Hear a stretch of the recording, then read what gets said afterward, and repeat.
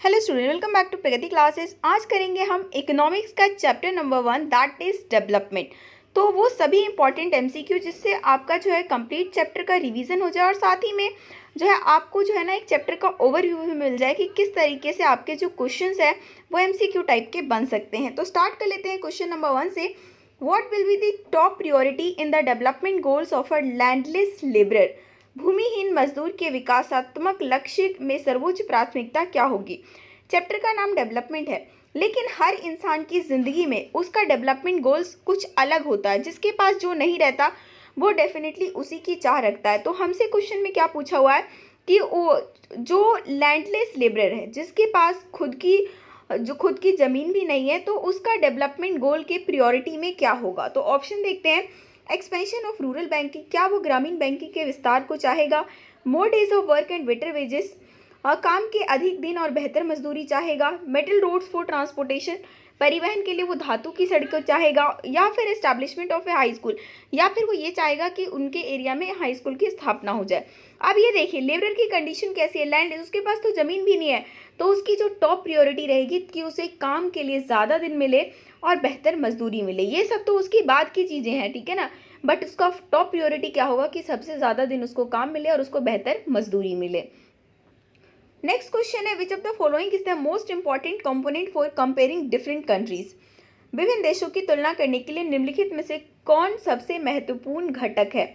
जब हम different countries को कंपेयर करते हैं कि कौन सा कंट्री विकसित है या फिर विकासशील है या फिर अल्प विकसित है, तो उसमें हम कौन से जो है कंपोनेंट को, मतलब कौन सा वाला कंपोनेंट हमारा मोस्ट इम्पॉर्टेंट है? तो द मोस्ट इम्पॉर्टेंट है पर कैपिटा इनकम, ठीक है। तो पर कैपिटा इनकम के बेसिस पर ही हम डिफरेंट कंट्रीज़ को क्या करते हैं, कंपेयर करने का काम करते हैं। नेक्स्ट क्वेश्चन है, we can obtain per capita income of a country by calculating.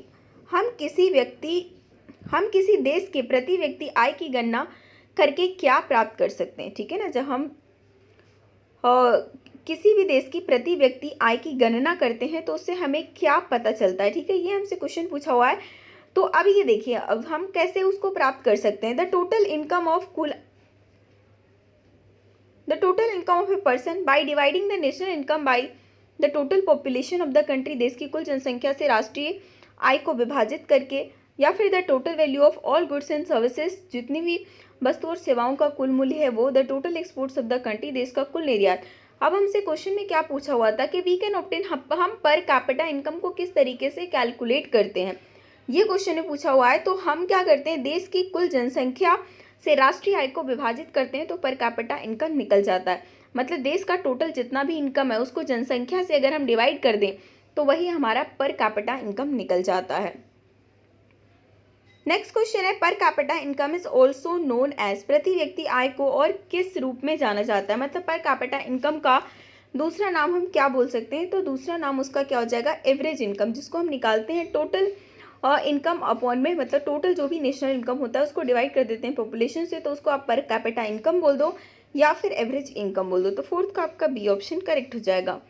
Next है, what are countries with per capita income of $12,056 per annum and above in 2017 are called? तो ये जो पर कैपिटा इनकम $, अगर किसी भी country में, मतलब वहाँ के किसी भी कंट्री में अगर वहाँ पे पर कैपिटा इनकम $12,056 से ज़्यादा हो, किस डाटा के हिसाब से, 2017 के डाटा के हिसाब से, तो उस कंट्री को क्या बोला जाएगा? तो उस कंट्री को बोला जाएगा रिच कंट्री, क्योंकि बहुत ज़्यादा हाई पर कैपिटा इनकम है। आप ये मानो ना कि ये है, अभी हमारा डॉलर कितना 70-75 के आसपास चल रहा है, आप इसको मल्टीप्लाई करो, देखिए कितना तगड़ा जो है आपका पर कैपिटा इनकम निकलेगा। पर मतलब एवरेज इनकम, मतलब ऑन एन एवरेज जो है लोगों की इनकम इतनी होनी चाहिए, तब वो जो कंट्री है वो रिच कंट्रीज में कंसिडर किया जाएगा।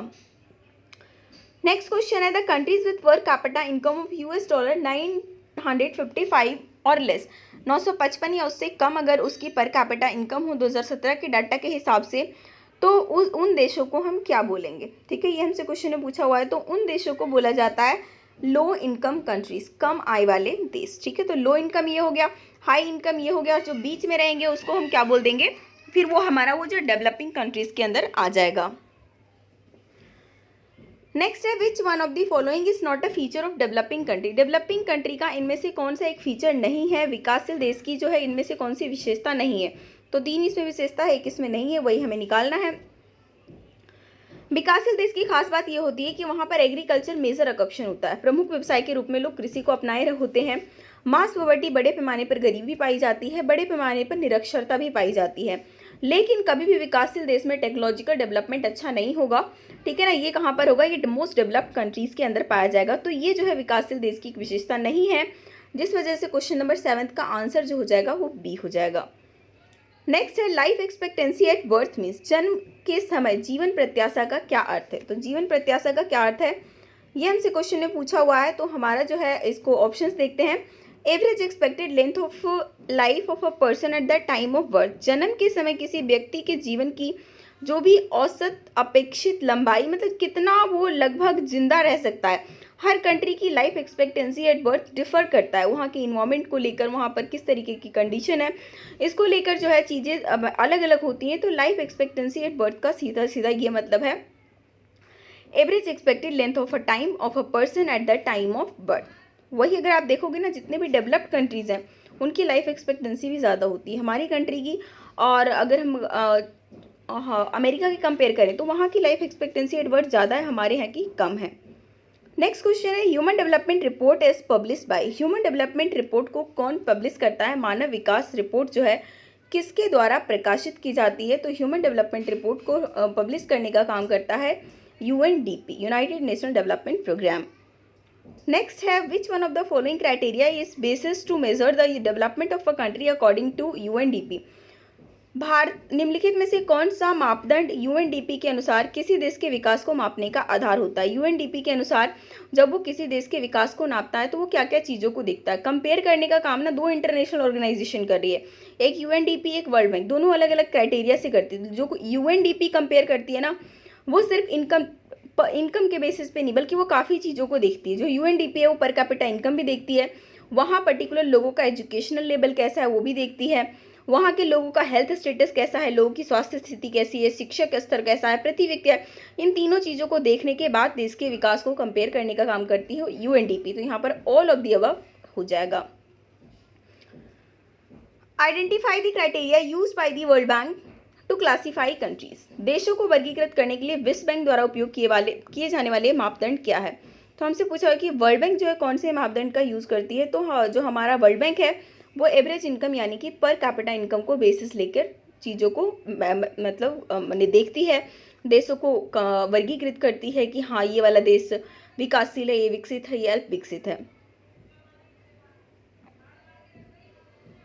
नेक्स्ट है which one of the following states has the highest human development index. इनमें से किस राज्य में मानव विकास सूचकांक ज़्यादा है। ठीक है, तो हाईएस्ट ह्यूमन डेवलपमेंट इंडेक्स वहाँ ज़्यादा होगा जहाँ पर मतलब तीनों चीज़ों को देखेंगे, क्योंकि ह्यूमन डेवलपमेंट इंडेक्स कौन जारी कर रहा है, यूएनडीपी। और यूएनडीपी सारी चीज़ों को मेजर करता है कि वहाँ पर एजुकेशन लेवल कैसा है, वो ठीक है ना, वहाँ का हेल्थ स्टेटस कैसा है, और उसके अलावा वहाँ पे पर कैपिटा इनकम कैसा है। तो हमारे पर्टिकुलर इंडिया के अंदर सबसे ज़्यादा जो HDI है, हाईएस्ट ह्यूमन डेवलपमेंट इंडेक्स, वो कहाँ का है, केरला का है। ठीक है, तो ये आपको याद रखना है। नेक्स्ट है Kerala has a low infant mortality rate.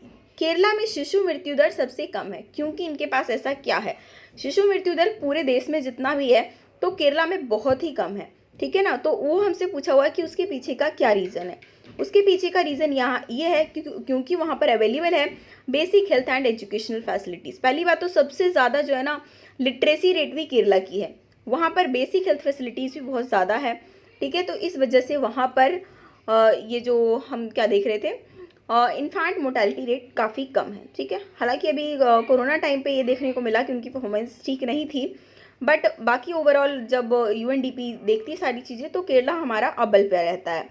Next question है विच of the following states has the highest पर कैपिटा इनकम। निम्नलिखित में से किस राज्य की प्रति व्यक्ति आय सबसे अधिक है। अब हम यूएनडीपी नहीं देख रहे, मतलब हम डेवलपमेंट इंडेक्स नहीं देख रहे, सिर्फ ये देख रहे हैं पर कैपिटा इनकम, कहाँ के लोगों की जो इनकम है सबसे ज़्यादा है per capita income state wise. तो हमारे इंडिया के अंदर वो है पंजाब के अंदर। ठीक है, 14 का ए ऑप्शन याद रखना है। नेक्स्ट है विच of the following states of India has a low literacy rate. Bharat के निम्नलिखित में से किस राज्य में साक्षरता दर सबसे कम है। तो लो लिटरेसी रेट सबसे ज़्यादा जो है इंडिया में वो सबसे कम है बिहार का। Next, which of the following neighbouring countries has better performance in terms of human development rank than India. निम्नलिखित में से किस पड़ोसी देश का मानव विकास रैंक के मामले में भारत से बेहतर प्रदर्शन है। तो ये सारे हमारे पड़ोसी देश है, लेकिन अगर हम बात करें श्रीलंका, तो श्रीलंका का ह्यूमन डेवलपमेंट रैंक जो है, ह्यूमन डेवलपमेंट इंडेक्स का जब रैंक आता है तो वो डेफिनेटली इंडिया से उनकी परफॉर्मेंस हमेशा अच्छी ही होती है। ठीक है, तो ये 16 का हमारा बी ऑप्शन करेक्ट होगा। बाकी भूटान है, नेपाल है, पाकिस्तान है, बांग्लादेश, ये सब तो इंडिया से पीछे रहते हैं, लेकिन श्रीलंका एक ऐसा हमारा पड़ोसी देश है जो हमसे आगे रहता है। नेक्स्ट क्वेश्चन है, under employment occurs when people. अल्प रोजगार तब होता है जबकि लोग जितना काम करने में सक्षम होते हैं वो जो है ना, उसको कम काम मिल रहा होता है, उसी को हम अंडर एम्प्लॉयमेंट कहते हैं। मतलब इंसान की जितनी कैपेसिटी है उससे हमने उसको कम काम दे रखा है, तो उसी को अंडर एम्प्लॉयमेंट बोला जाता है। Next, which of the following resources the non renewable energy resources. निम्नलिखित में से कौन सा संसाधन एक गैर नवीकरणीय ऊर्जा संसाधन है, मतलब उसको हम बार बार रिन्यू नहीं कर सकते, उसको बनने में काफ़ी लंबा तगड़ा टाइम लगता है। तो हमारा सीधा सीधा आंसर कौन सा हो जाएगा, क्रूड ऑयल, यानी कि कच्चा तेल, जिससे पेट्रोलियम और सारे जितने भी ऑयल हम यूज़ करते हैं, डीजल, पेट्रोल, सब कुछ उसी से हम निकालते हैं। ठीक है, तो ये हमारा बी ऑप्शन करेक्ट हो जाएगा 18 क्वेश्चन का। नेक्स्ट क्वेश्चन है, BMI, body mass index is a method of finding out which of the following. Body mass index निम्नलिखित में से किस चीज़ का पता लगाने की एक विधि है। तो बॉडी मास इंडेक्स से हम क्या जानते हैं, किसी व्यक्ति के हेल्थ स्टेटस देखते हैं कि हाँ, अगर BMI बिल्कुल एक नॉर्मल रेंज में है तो ठीक है, अगर बहुत ज़्यादा है तो इंसान ओवरवेट है, फिर उसे ओबेसिटी की प्रॉब्लम हो सकती है, कम भी नहीं होना चाहिए। ठीक है, तो इस तरीके से BMI कैलकुलेट करने के लिए भी आपकी NCERT बुक में दिया गया है। और अब हमारा लास्ट का क्वेश्चन है, a person is overweight if the body mass index is more than. एक व्यक्ति अधिक वजन वाला होता है यदि उसका मास इंडेक्स जो है, बॉडी मास इंडेक्स मतलब BMI जो है किससे ज़्यादा आएगा, तो उसको हम ये मानेंगे कि वो पर्सन ओवरवेट है। तो BMI निकालने के लिए काफ़ी एप्लीकेशन भी हैं और आप उसे डाउनलोड करके भी देख सकते हैं। उसमें आपका हाइट, आपका वेट, आपकी एज, ये तीनों चीज़ डलवा कर आपसे जो है निकलवाया जाता है बॉडी मास इंडेक्स। तो कभी भी किसी इंसान का अगर बॉडी मास इंडेक्स BMI 25 से ज़्यादा आ गया तो पर्सन ओवरवेट कहलाएगा। ठीक है, तो ये थे हमारे टोटल इसमें से 20 क्वेश्चन, और जितने भी सोशल साइंस के सभी चैप्टर्स के अपलोडेड हैं, प्लेलिस्ट बनी हुई है, तो वहाँ से आप सारी वीडियोस को देख डालिए, क्योंकि गाइस बहुत इंपॉर्टेंट है। जो न्यू पैटर्न के अकॉर्डिंग MCQ आएगा, साथ में असर्शन रीजन का क्वेश्चन थोड़ा सा अलग करके आएगा, बाकी पैसेज बेस रहेगा, उससे आंसर आपको निकालना है। तो इतना भी ज़्यादा नहीं है कि हाँ आप एकदम 100 MCQ कर लो, जो मेन बन रहा है ना आप उसको करो बस। ज़्यादा आपको इतना दिमाग खपच्ची करने की ज़रूरत नहीं है। आप NCERT बुक पढ़िए, MCQ क्विज को अटैम्प्ट करिए, बाकी जो चीज़ें हैं ना, आपका जो NCERT बुक पढ़ोगे वही रियल में काम आएगा। तो आप इस चीज़ पे बहुत ज़्यादा फोकस कीजिए।